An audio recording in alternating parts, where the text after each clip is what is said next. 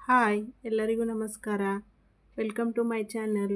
ಈ ದಿನ 5ನೇ ತರಗತಿಯ ಕನ್ನಡ ಪುಸ್ತಕದ ಪಾಠ 3 ನಮ್ಮ ಮಾತು ಕೇಳಿ ಈ ಪಾಠದ ಸಂಪೂರ್ಣ ವಿವರಣೆಯನ್ನು ತಿಳಿಸ್ಕೊಡ್ತಾ ಇದ್ದೀನಿ. ವಿಡಿಯೋನ ಪೂರ್ತಿಯಾಗಿ ನೋಡಿ. ನೀವಿನ್ನೂ ಸಬ್ಸ್ಕ್ರೈಬ್ ಮಾಡ್ಕೊಂಡಿಲ್ಲ ಅಂದರೆ ಪ್ಲೀಸ್ ಸಬ್ಸ್ಕ್ರೈಬ್ ಮಾಡ್ಕೊಳ್ಳಿ, ಸಪೋರ್ಟ್ ಮಾಡಿ.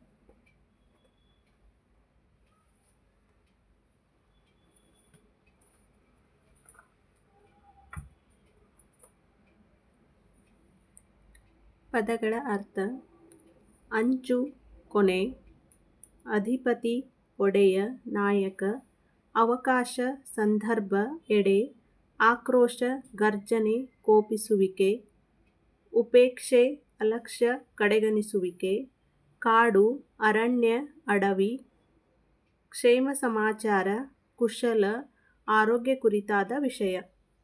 ಖಾರ ತೀಕ್ಷ್ಣ ಕಟು, ಗಳಿಸು ಸಂಪಾದಿಸು ಪಡೆ, ಚರ್ಚೆ ವಾಗ್ವಾದ ತರ್ಕ, ತಾನ ಸ್ಥಾನ ಸ್ಥಳ, ದೂರು ನಿಂದಿಸು ಆಪಾದನೆ.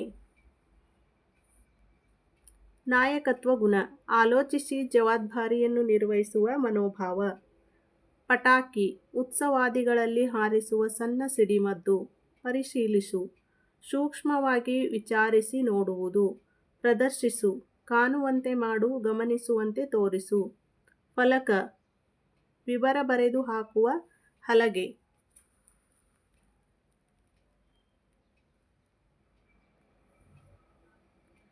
ಫಲವತ್ತತೆ ಫಲವುಳ್ಳ ಸಾರವತ್ತಾದ.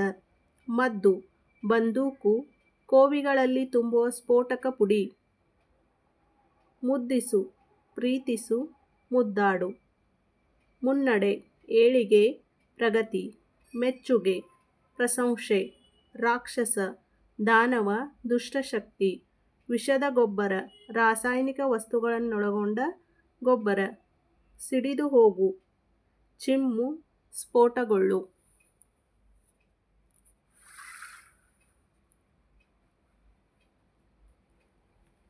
ಈ ಕೆಳಗಿನ ಪ್ರಶ್ನೆಗಳಿಗೆ ಉತ್ತರಿಸಿ. ಕಾಡಿನ ಅಧಿಪತಿ ಯಾರು?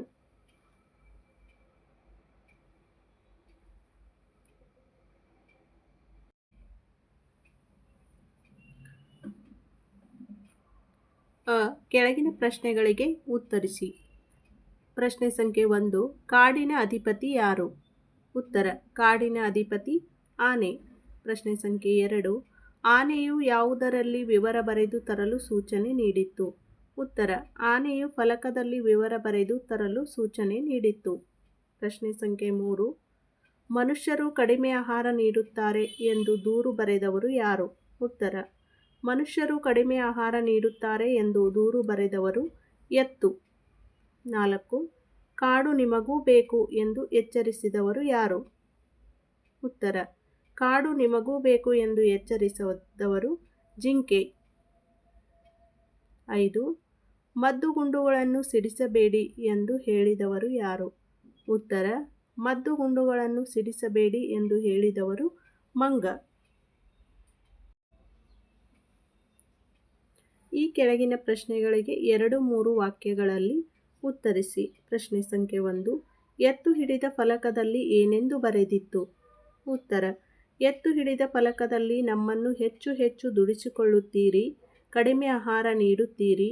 ನಮ್ಮ ಸೇವೆ ಬೇಕು, ನಾವು ಮಾತ್ರ ಬೇಡ ಅಲ್ಲವೇ? ನಮ್ಮ ಸೇವೆಯನ್ನು ಮರೆಯದಿರಿ, ದಯೆ ಇರಲಿ ಸಕಲ ಪ್ರಾಣಿಗಳಲ್ಲಿ ಎಂದು ಬರೆದಿತ್ತು. ಪ್ರಶ್ನೆ ಸಂಖ್ಯೆ 2. ಜಿಂಕೆ ಹಿಡಿದ ಫಲಕದಲ್ಲಿ ಏನೆಂದು ಬರೆದಿತ್ತು? ಉತ್ತರ: ಜಿಂಕೆ ಹಿಡಿದ ಫಲಕದಲ್ಲಿ ನಮ್ಮ ಬದುಕಿನ ಆಧಾರತಾಣ ಕಾಡು, ಅದನ್ನು ನಾಶ ಮಾಡುತ್ತಿದ್ದೀರಿ. ನಮಗೆ ತಿನ್ನಲು ಹುಲ್ಲಿಲ್ಲ, ಮಲಗಲು ಮರದ ನೆರಳಿಲ್ಲ. ಕಾಡು ನಿಮಗೂ ಬೇಕು, ನಮಗೂ ಬೇಕು. ನಮ್ಮನ್ನು ಉಳಿಸಿರಿ, ನೀವು ಉಳಿಯಿರಿ ಎಂದು ಬರೆದಿತ್ತು.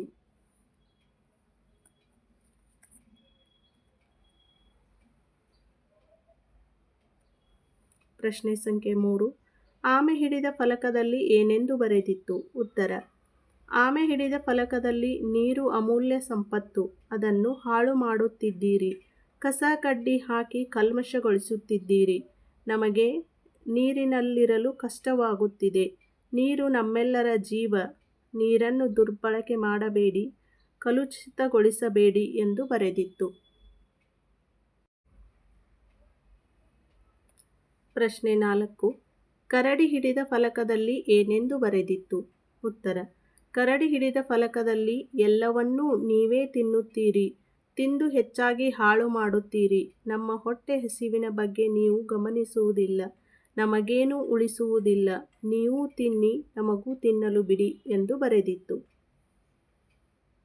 ಪ್ರಶ್ನೆ 5. ನಾಯಿ ಹಿಡಿದ ಫಲಕದಲ್ಲಿ ಏನೆಂದು ಬರೆದಿತ್ತು? ಉತ್ತರ: ನಾಯಿ ಹಿಡಿದ ಫಲಕದಲ್ಲಿ ನಾವು ನಡೆದಾಡಬೇಕು, ಓಡಾಡಬೇಕು, ನಮಗೂ ದಾರಿ ಬಿಡಿ. ಹಾದಿ ಬೀದಿಗಳಲ್ಲಿ ನೀವು ಮತ್ತು ನಿಮ್ಮ ವಾಹನಗಳೇ ತುಂಬಿವೆ. ಮೈ ಮೇಲೆ ಎಚ್ಚರವಿಲ್ಲದಂತೆ ಸಾಗುತ್ತೀರಿ, ಇತರರಿಗೂ ತೊಂದರೆ ಕೊಡುತ್ತೀರಿ. ಸರಿಯಾಗಿ ಚಲಿಸಿರಿ, ಚಲಿಸಲು ಬಿಡಿ ಎಂದು ಬರೆದಿತ್ತು.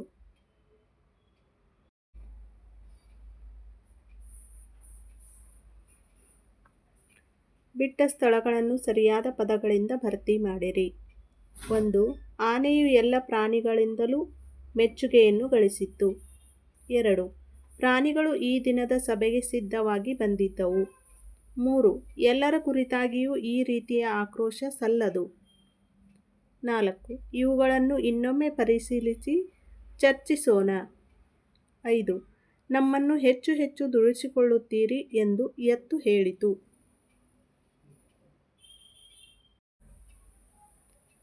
ವ್ಯಾಕರಣ ಮಾಹಿತಿ. ವಚನಗಳು: ಆನೆಯು ಎಲ್ಲರ ಮೆಚ್ಚುಗೆಯನ್ನು ಗಳಿಸಿತ್ತು. ಕಾಡಿನಲ್ಲಿ ವಿವಿಧ ರೀತಿಯ ಪ್ರಾಣಿಗಳು ವಾಸವಾಗಿದ್ದವು. ಈ ಮೇಲಿನ ವಾಕ್ಯಗಳನ್ನು ಓದಿ ಅಡಿಗೆರೆ ಎಳೆದಿರುವ ಪದಗಳನ್ನು ಗಮನಿಸಿ. ಆನೆ ಎಂಬುದು ಒಂದು ಆನೆ ಎಂಬುದನ್ನು ಸೂಚಿಸುತ್ತದೆ. ಪ್ರಾಣಿಗಳು ಎಂಬುದು ಒಂದಕ್ಕಿಂತ ಹೆಚ್ಚು ಎಂಬುದನ್ನು ಸೂಚಿಸುತ್ತದೆ. ಜಿಂಕೆಯು ಈ ದಿನದ ಸಭೆಗೆ ಸಿದ್ಧವಾಗಿ ಬಂದಿತ್ತು. ಬೆಕ್ಕುಗಳು ಸಭೆಯಲ್ಲಿ ಭಾಗವಹಿಸಿದ್ದವು. ಮೇಲಿನ ವಾಕ್ಯಗಳನ್ನು ಓದಿ ಅಡಿಗೆರೆ ಎಳೆದಿರುವ ಪದಗಳನ್ನು ಗಮನಿಸಿ. ಜಿಂಕೆ ಎಂಬುದು ಒಂದು ಎಂಬುದನ್ನು ಸೂಚಿಸಿದರೆ ಇದು ಏಕವಚನ. ಬೆಕ್ಕುಗಳು ಎಂಬುದು ಒಂದಕ್ಕಿಂತ ಹೆಚ್ಚು ಎಂಬುದನ್ನು ಸೂಚಿಸಿದರೆ ಇದು ಬಹುವಚನ. ಏಕವಚನ ಮತ್ತು ಬಹುವಚನಗಳಿಗೆ ಇನ್ನೂ ಕೆಲವು ಉದಾಹರಣೆಗಳನ್ನು ನೋಡ್ತಾ ಹೋಗೋಣ. ಏಕವಚನ, ಬಹುವಚನ: ಪತ್ರ, ಪತ್ರಗಳು, ನಾಯಕ, ನಾಯಕರು, ತಮ್ಮ, ತಮ್ಮಂದಿರು, ರೈತ, ರೈತರು. ಅದೇ ರೀತಿ ಭಾಷಾಭ್ಯಾಸ. ವಚನ ಬದಲಿಸಿ ಬರೆಯಿರಿ. ಎತ್ತು, ಎತ್ತುಗಳು. ನಾಯಕ, ನಾಯಕರು. ಅಣ್ಣಂದಿರು, ಅಣ್ಣ. ಪತ್ರಿಕೆಗಳು, ಪತ್ರಿಕೆ. ಪತ್ರಗಳು, ಪತ್ರ. ಇದು ಏಕವಚನ, ಇದು ಬಹುವಚನ. ಏಕವಚನ, ಬಹುವಚನ. ಅಣ್ಣಂದಿರು ಬಹುವಚನ, ಅಣ್ಣ ಏಕವಚನ. ಪತ್ರಿಕೆಗಳು, ಪತ್ರಗಳು ಬಹುವಚನವಾದರೆ ಪತ್ರಿಕೆ, ಪತ್ರ ಏಕವಚನ.